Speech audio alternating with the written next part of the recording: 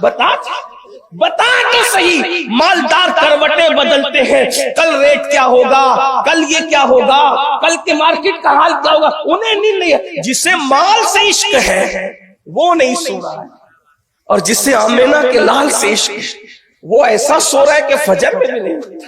اذان ہنسنے کی بات نہیں ہے, پھر کہہ رہا ہوں یہ فلسفہ عشق ہے.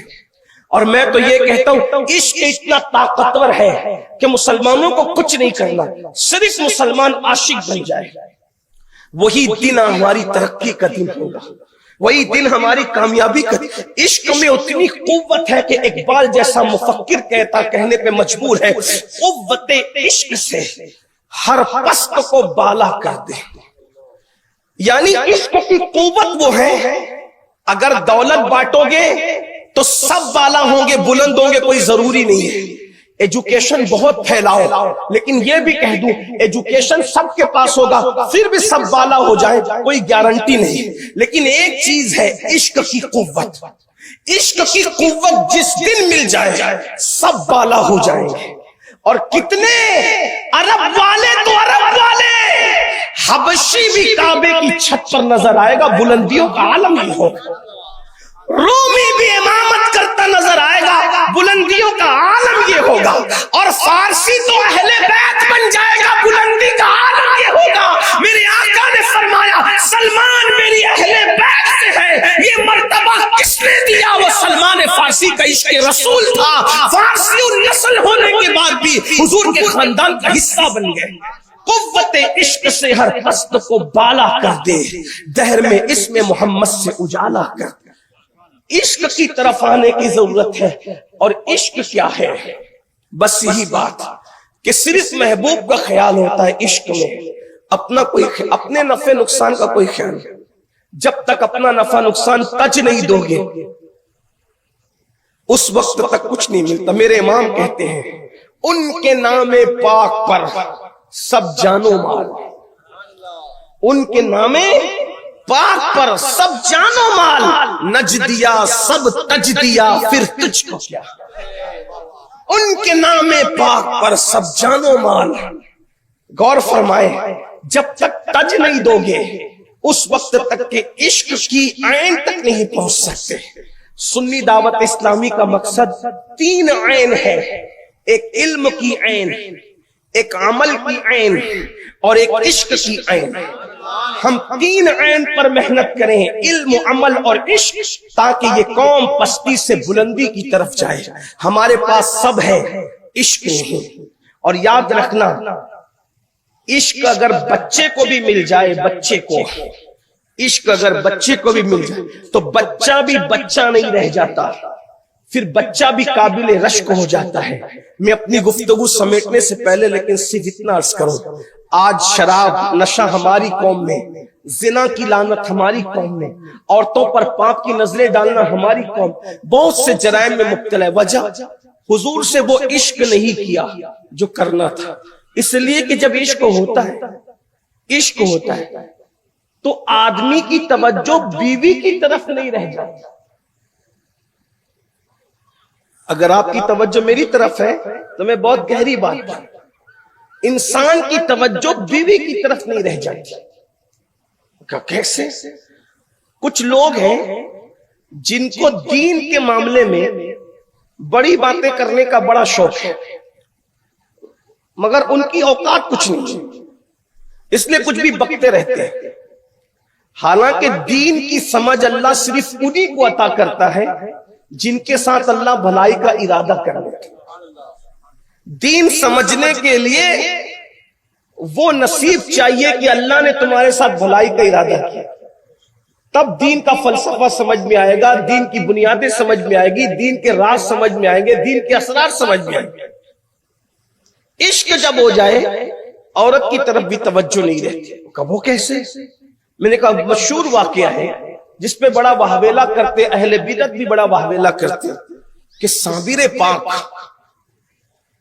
صابر پاک جب ان کا نکاح ہوا تو ان کے نکاح کے موقع پر جب دلہن کو حجرے عروسی کے اندر لایا گیا تو آپ نے نظر اٹھا کے دیکھا دلہن جل گئی, اس کا انتقال ہوا.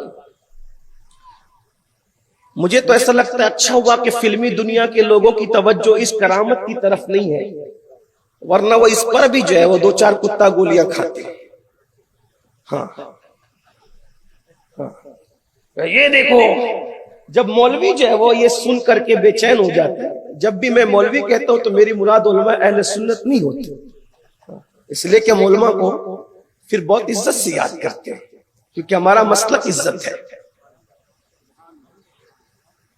تو جب ہر بات کی سمجھ مولوی کو نہیں آتی تو ان نچنیوں کو کیا سمجھ آئی؟ نچنیے نکلے قرآن کی آیت سمجھانے کے لیے۔ اندازہ فرمائے، میں کہتا ہوں اوقات میں رہو، آپ کا کام ناچنا ہے، اتنی اوقات میں، اس لیے کہ جب ہر مولوی بھی قرآن نہیں سمجھا سکتا، ہمارے مفسرین نے لکھا ہے کہ قرآن کی تفسیر کے لیے کم سے کم عالم کو 54 علوم پر مہارت ہونا ضروری ہے۔ 54 علوم کی معلومات نہیں، اس میں مہارت ہونا ضروری ہے۔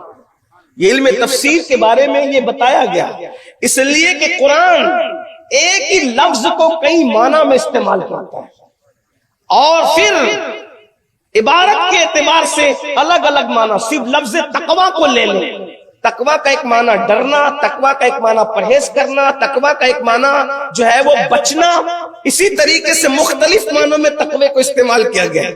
اب یہ بیچارے نچنیے کیا جانے جو کھڑے ہو کر کے استنجا کرتے ہیں اور پھر کہتے ہیں ہم دین پہ اعتراض کریں گے۔ اوقات دیکھو اپنی۔ ارے جب بڑے بڑے عرب کے فصحاء وہاں پر ایسے جامد و ساکت ہے، کیسے قرآن کی آیت نہیں، کلام مصطفیٰ سن کر، ایک ہے کلام خدا اور ایک ہے کلام مصطفیٰ۔ حضور کی زبان سے جب ان کا کلام نکلا تو پتہ ہے عرب کے وہ لوگ جو ایک ایک مجلس میں 200 اشعار فی البدی پڑھ دیتے تھے، ان کی حالت کیا ہوئی؟ میرے امام کہتے فصحاء عرب کے بڑے بڑے، جوہلا نہیں، فصحاء، اس لیے کہ جاہلوں کو چپ کرنا الگ ہے اور فصحاء جمع ہے فصیح کی۔ بمبئی میں بات کرو اس لیے تھوڑا نیچے اتر کر کے کرنا پڑے گا، اگر لکھنؤ اور دلی میں کرتا تو شاید اتنی محنت نہیں کرنی پڑتی، لیکن مجھے پتا ہے کہ لکھنؤ ہو، دلی ہو، ممبئی ہو، مگر عشق والا دل جہاں ہوتا ہے وہاں بات آسانی سے سمجھ میں آتی ہے۔ ہاں ممبئی والے بھی کچھ پوچھے نہیں ہیں، عروس البلاد میں رہتے ہیں ماشاءاللہ، لیکن توجہ آپ کی ہے، غور فرمائے، فصحاء عرب کے بڑے بڑے، چھوٹے چھوٹے نہیں، عرب کے بڑے بڑے فصیح زبان دان جو 200 اشعار فی البدی کہتے تھے۔ یا رسول اللہ وہ آپ کا کلام سن کر کے ان کی اوقات کیا ہے؟ تیرے آگے یوں دبے نچے، اور ان کو جب دیکھنے والا دیکھتا ہے تو ایسا لگتا ہے کوئی جانے منہ میں زبان نہیں، ایسا لگتا ہے کہ ان کے منہ میں زبان نہیں ہے، بلکہ پھر فوراً اس کی تردید کر کے کہتے ہیں نہیں نہیں نہیں، ایسا نہیں لگتا کہ منہ میں زبان نہیں، بلکہ جسم میں جان نہیں۔ آپ کا کلام جب کوئی سنتا ہے عرب کا بڑے سے بڑا فصیح تو اس کی کیفیت یہ ہوتی ہے جیسے کہ اس کے منہ میں زبان نہیں ہو، نہیں بلکہ ایسا لگتا ہے جیسے اس کے جسم میں۔ ویڈیو اگر اچھی لگی ہو تو لائک کر کے آگے شیئر ضرور کر دینا۔ اللہ حافظ، السلام علیکم ورحمۃ اللہ تعالی وبرکاتہ۔